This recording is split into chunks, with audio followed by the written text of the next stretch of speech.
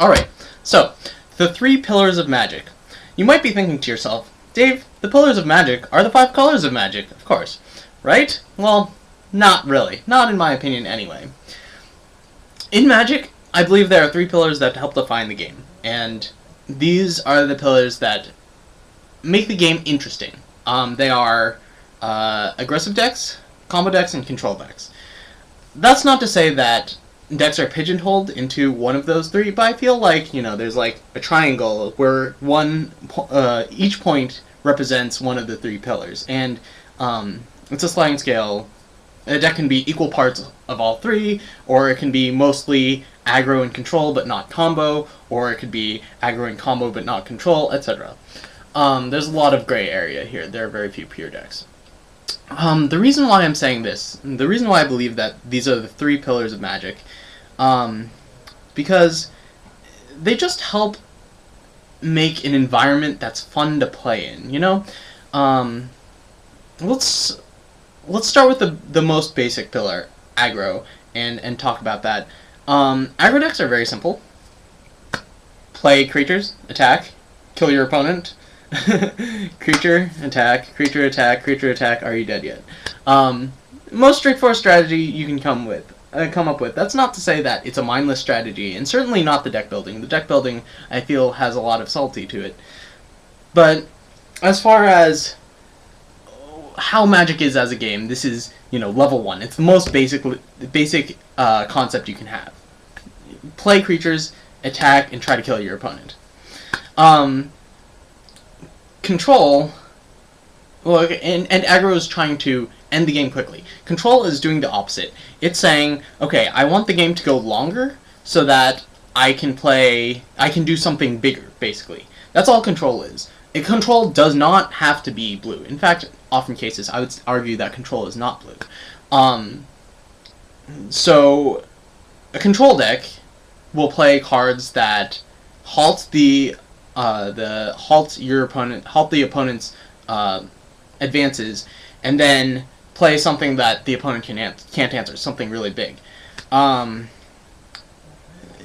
In my mind, some people play control as trying to be just defensive and defensive and defensive and defensive and never actually kill their opponent. And I would argue that when you're playing control, you need a way to kill your opponent. I mean, you need, you get the lockdown, you make it so that their game plan is nullified, and then you kill them. Grave Titan is a great example of a control finisher.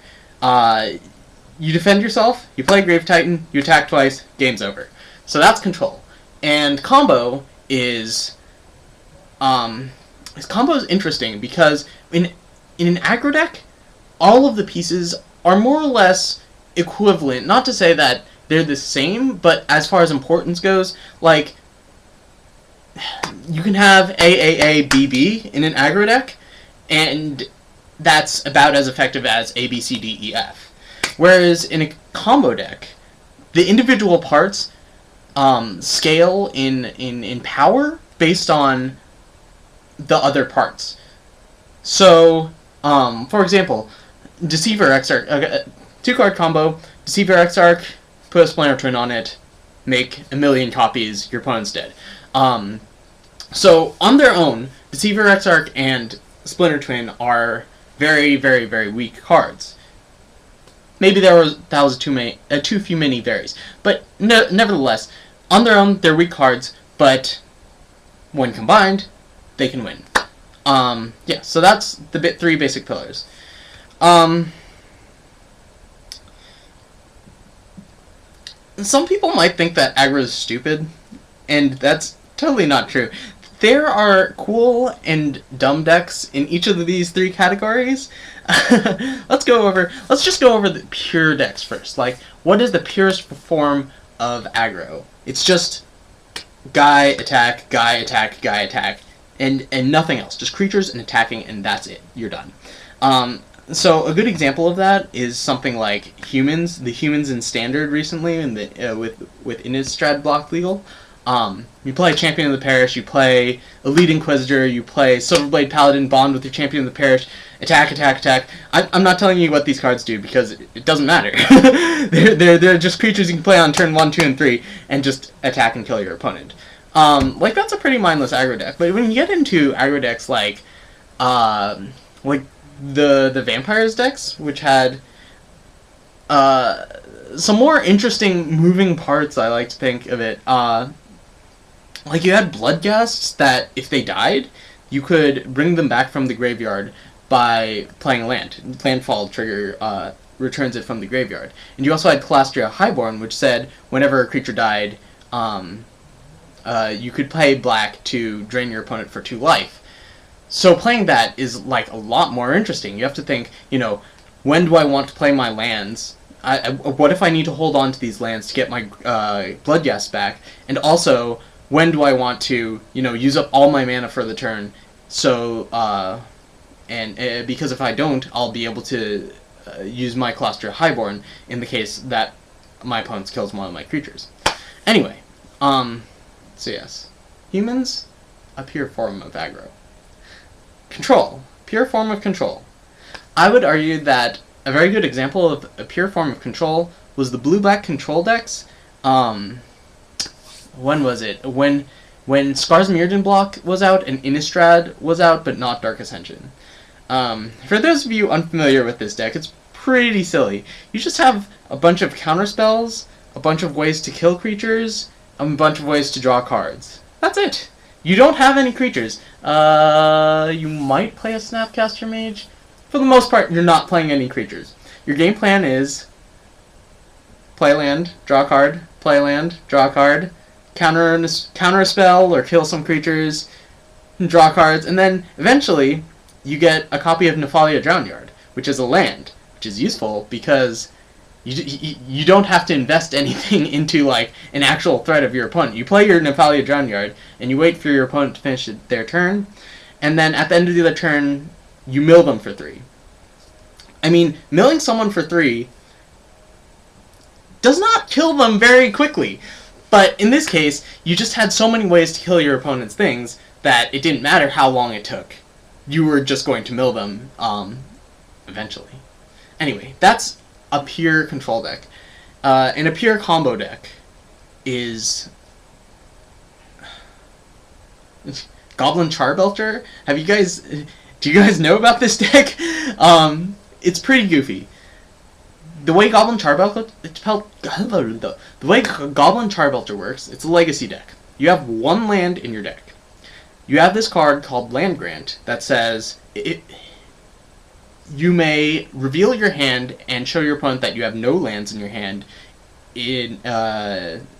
instead of paying this card's mana cost. So, hopefully you have a hand with a Land Grant. You play a Land Grant, you reveal your hand, you have no lands, you search your library for the 1 land, you play it, you tap, you play a few rituals, make some mana, you have some mana rocks like Lotus Petal that are like a 1-time, 1 mana of any color thing. Get up to 7 mana, play Goblin Charbelcher, activate it, target your opponent.